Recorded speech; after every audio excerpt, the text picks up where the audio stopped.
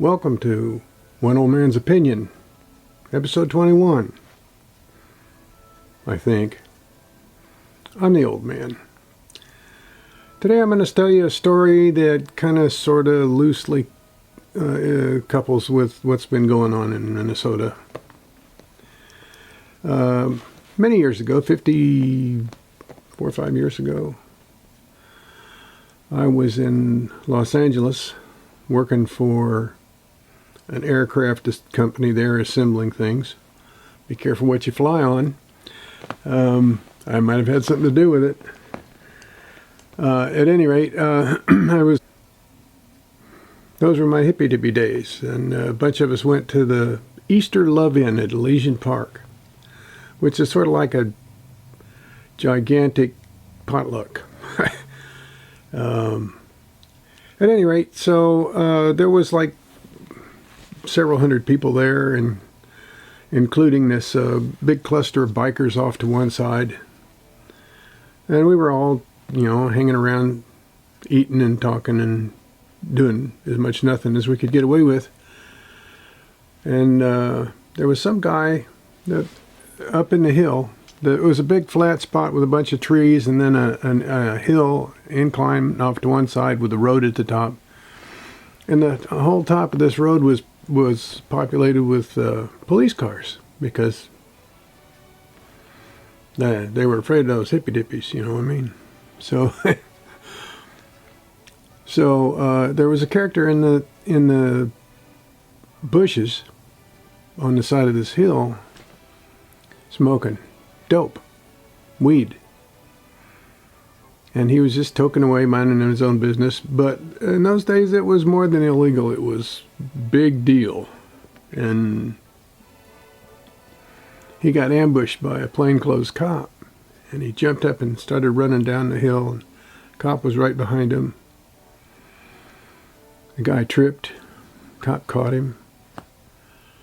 And we thought, well, that boy's going to jail. But he struggled. He kept trying to get away from the cop. And the cop started beating him with his handcuffs. Which offended me. So like an idiot, I jumped up and I ran towards the cop, yelling and hollering and telling him what kind of a turd he was. And I ran right through this big patch of 50 or 100 bikers and their girlfriends and kids and whatnot. And those guys were all wearing their Hells Angels colors. And I didn't even see them. I just ran right through them, and somehow I became a leader of men, because the bikers all got up and started following me. And they had chains and clubs and knives and other scary instruments. I didn't see any guns, but anyway, I didn't even know they were behind me at the time. So I get up within 50 or 100 feet of this cop, and he looks up and he turned white as a sheet. You could tell he was scared. He pulled out his service revolver, his beautiful Smith & Wesson 357 six-shooter, and he pointed it right at me. And to me,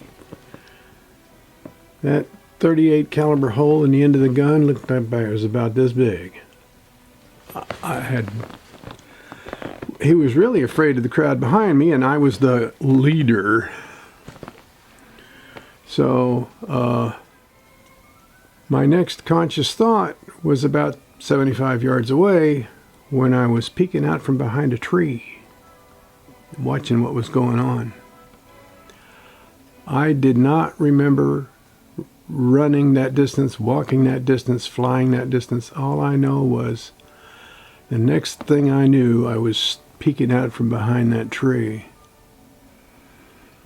And the situation, the cops up on the hill all spilled down the side of the hill in numbers, and I thought there was going to be a mess. But they just, the bikers all just shrugged their shoulders and walked away and everything. You know, they dragged that guy off to jail and turned out he was charged with possession, blah, blah. But that was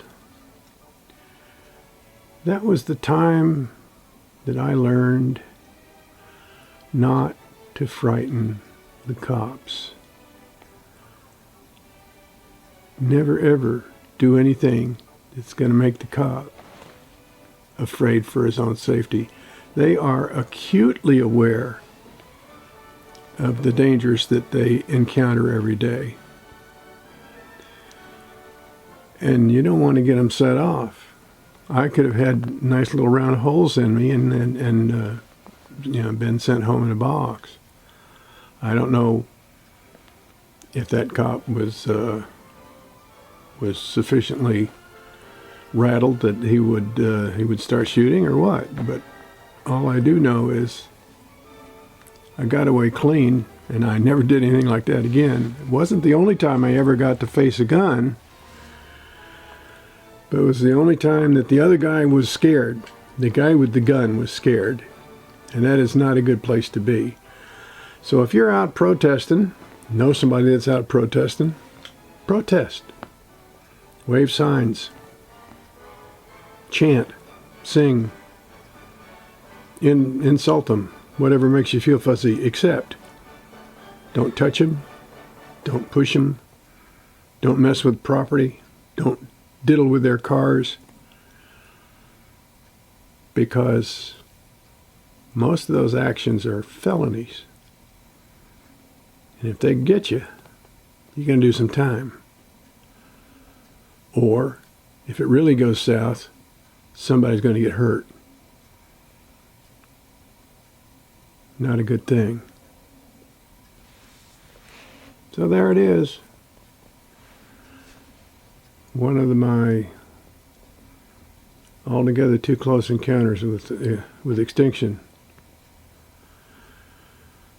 So that's so in my opinion. Don't do that. Behave yourself. You've got the right to protest. You've got the right to complain. But you don't have the right to interfere. And that's just one old man's opinion. Y'all have a good day. And travel with God. Like, subscribe, and share. We got to keep that algorithm warmed up.